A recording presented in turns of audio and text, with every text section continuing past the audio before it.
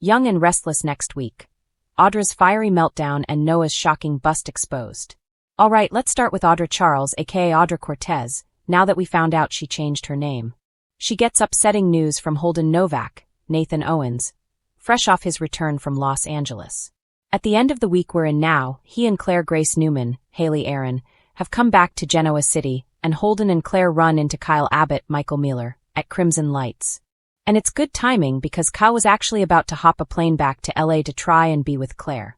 So Kyle asked Claire if she will come to the mansion with him to see Harrison Locke, Redding Munsell, which is the perfect way to lure her away from Holden. And of course Kyle's dodgy, manipulative tactic works and Claire agrees.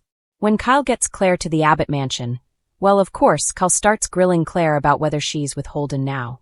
And Harrison does his part unknowingly by being adorable and telling Claire how much he missed her while she was in California.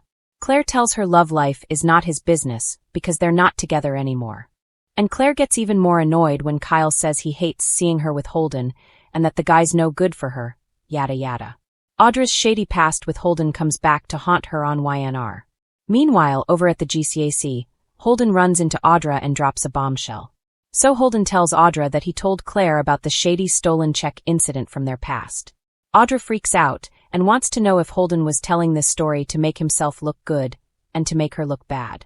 And I mean, yeah, what he told Claire definitely made Audra look like the villain of the tale.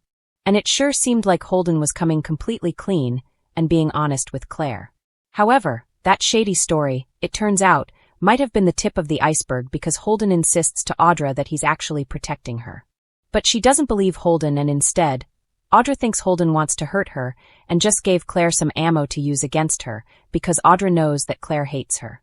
Next week, as these two continue to bicker, Holden tells Audra that he told Claire about the incident because Holden didn't want Claire to dig deeper into their past and find out what really went on with them in Los Angeles. So, Holden reminds Audra that what really happened is a story that neither of them wants to get out. So, whatever Holden and Audra got into together in LA years ago is even worse than what we've heard. And if you recall, it supposedly involved Tucker McCall, Trevor St. John, because Holden said he got Audra out of some situation with Tucker. Now, whether the writer Josh Griffith remembers that or not remains to be seen, but it doesn't sound like the big bad thing is the incident with this random rich dude that Holden told Claire about. Mitch's devious plot against Noah intensifies on Young and the Restless. Alright, now let's talk about Mitch, aka Matt Clark, and the dodgy but very handsome Detective Burrow, Matt Cohen. I don't think this guy's really a cop. I'm trying to think if he's flashed a badge, or if he's just saying he is and is asking questions. Trying to remember. I think Mitch was actually using this shady dude to try and shake some info out of his wife, Sienna Bacall, Tamara Braun. Mitch does not trust his wife, and he shouldn't. And Sienna doesn't trust Mitch, which is also smart because he is not who he says. He's dodgy. Clearly the jig is up. Even though he told Nick Newman, Joshua Morrow, he's not Matt Clark, there's no doubt that Mitch knew who Noah was. I'm wondering if he sought him out and singled him out because he is Nick and Sharon Newman's, Sharon Case's son, and then lured him to Los Angeles for some kind of revenge game.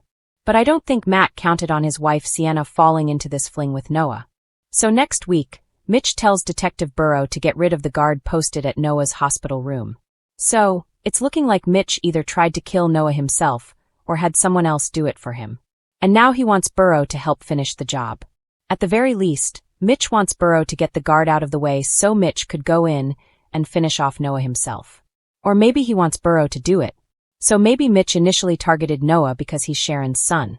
But now that we know Noah and Sienna are going at it, then Crazy Mitch, aka Matt, has a second reason for wanting to target Noah. Noah and Sienna's passionate affair exposed on YNR. At the end of this week, we saw Noah have a little flashback to making out passionately with Sienna, grinding on her up against a wall at the club. What's weird to me is not their age difference. There is 22 years between Lucas Adams and Tamara Braun, but that's not even it. What's freaky about it, if you happen to watch Days of Our Lives, is that over there they played mother and son on the NBC soap. So when I saw this, it kind of gave me the ick just for a second, but it's not like they're related in real life. It's just weird because the last time I saw them on screen together, he was calling her mom. And now Noah is playing Who's Your Daddy with Sienna. So, next week, things get spicy because Sienna goes to visit Noah at the hospital. They're making out, and Nick happens to catch a glimpse of them going at it. And then Nick tells Sharon he saw them kissing, and they wonder if Mitch knows that his wife is cheating with their son. Looks like Nick questions those two because then he tells Sharon that neither Noah or Sienna will tell him how long the affair has been going on or if it's serious. Ali Nguyen's Kelsey Wong, back in London, so that's going to be over if it's not already. Which I expected because there's been no mention of Kelsey Wong coming back as Ali. And in a recent interview about the fling, actor Lucas Adams says Noah is not sorry one bit about what he's doing with Sienna on Young and the Restless. Victor's corporate war and Adam's dilemma on Young and the Restless. Also looks like Victor Newman, Eric Braeden, may have turned the tables and used that AI on Kane Ashby's Billy Flynn Company Arabesque because he said he can't use it on Jack Abbott, Peter Bergman. Right now because Kane warned Jack and they're on guard and he wants to wait until they relax and then Victor is coming for them. So, we're going to find out next week why Amanda Sinclair, Miss Hale Morgan, texted Kane to call her urgently when he was trying to get Victor to let him buy the AI back for $1 billion. I think Victor has launched it against Kane also because next week, Adam is telling Chelsea Lawson Newman, Melissa Claire Egan, that Kane should be out of business in about a week. Oh my goodness, that'd be kind of ironic. So Chelsea's also wondering why Adam's not happier about that outcome. And it may be because he knows that Victor is going to use it next on Jack. He told Victor he was okay with it and said business is business. But I don't think that's true because Adam really likes Jack. Be sure to check out our full weekly spoilers video tomorrow for the week of November 10th through the 14th, so you don't miss any of the latest YNR Young spoilers. And the Restless promises a storm of passion, betrayal, and shattered facades as tensions in Genoa City hit boiling point. The spotlight shifts to Audra Charles, the woman who usually keeps her composure like a queen on a chessboard. But this time, she's about to lose control. Meanwhile, Noah Newman's carefully guarded secret explodes into the open, sending shockwaves through his family and potentially destroying his future. Buckle up because what's about to unfold will have Genoa City gasping for air. Audra's meltdown, the queen loses her cool. Audra Charles has always been calculated. The type of woman who could smile while her world burned, only to emerge from the ashes with her lipstick still perfect. But next week something snaps. Her latest business project at Newman Media takes a turn for the worse when a mysterious investor suddenly pulls funding. At first, Audra assumes it's a minor setback, until she learns who orchestrated it, Tucker McCall. Yes, the same Tucker who once mentored her, manipulated her, and loved her in that twisted, intoxicating way only Tucker can. When she confronts him at society, the usually composed Audra doesn't hold back. Her fiery outburst shocks even Tucker, who's rarely rattled by emotional theatrics. You used me, she spits, eyes blazing. You said you wanted me to rise, but you only wanted me to crawl. The restaurant goes silent. Tucker, smirking, leans back and says, You rose too high too fast, sweetheart.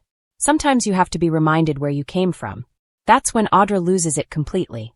She hurls her glass against the wall, splattering red wine like blood, symbolic, perhaps, of her shattered loyalty. It's not just about business. It's personal. Deep down, Audra's anger is fueled by heartbreak and humiliation. She thought she had control over Tucker, but he's always one move ahead.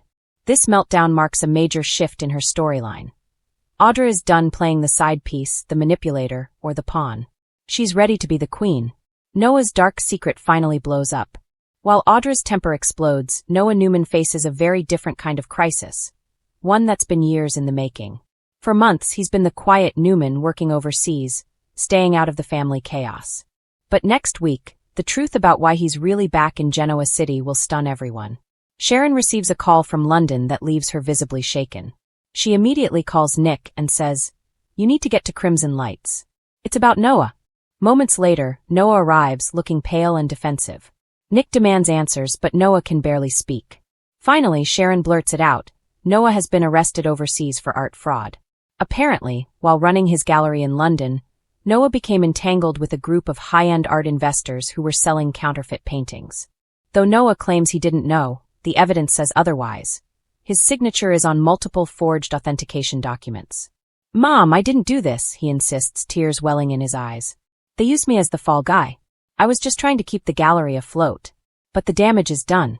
The Newman family's name is splashed across European tabloids and Victor Newman, never one to tolerate scandal, is furious. This family cannot afford another embarrassment, Victor growls to Nick. Handle it before it destroys the Newman's reputation. For Noah, this isn't just a legal battle, it's emotional ruin. He's always struggled to live up to the Newman legacy, and now, that pressure threatens to crush him. Audra and Noah's explosive reunion. In a cruel twist of fate, Audra and Noah's worlds collide again. When she hears about his legal troubles, she visits him, not out of pity, but out of unfinished business. Their history is complicated: love, betrayal, and lingering chemistry that refuses to die. She finds him at the athletic club bar, head in hands. "Well, if it isn't the prodigal artist," she teases, her voice sharp as glass. "Looks like you've been painting yourself into a corner." Noah sighs, exhausted. "Not now, Audra. I've got enough problems without you gloating." But Audra doesn't gloat, at least not entirely. Underneath her armor, she still feels something.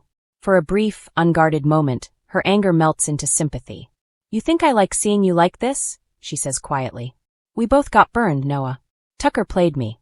Those investors played you. Maybe we're not so different." Noah looks up, their eyes locking, and the chemistry sparks again. It's toxic, dangerous, and irresistible. Just when you think they might rekindle something, Victor walks in, interrupting the moment. The tension is palpable. "Audra," Victor says coldly, "if you're here to make things worse for my grandson, leave now." Audra smirks but doesn't flinch. "Don't worry, Mr. Newman. I think Noah's already made enough of a mess on his own." Then she walks out, and just like that, Noah's fragile composure shatters. He slams his drink down, muttering, "I'm done being everyone's mistake." Sharon's fierce defense and Victor's ruthless ultimatum. Meanwhile, Sharon takes a different approach. She refuses to believe her son is guilty. She calls Michael Baldwin and demands he take the case. "My son didn't commit fraud," she says. "He's not like them. He's got a conscience."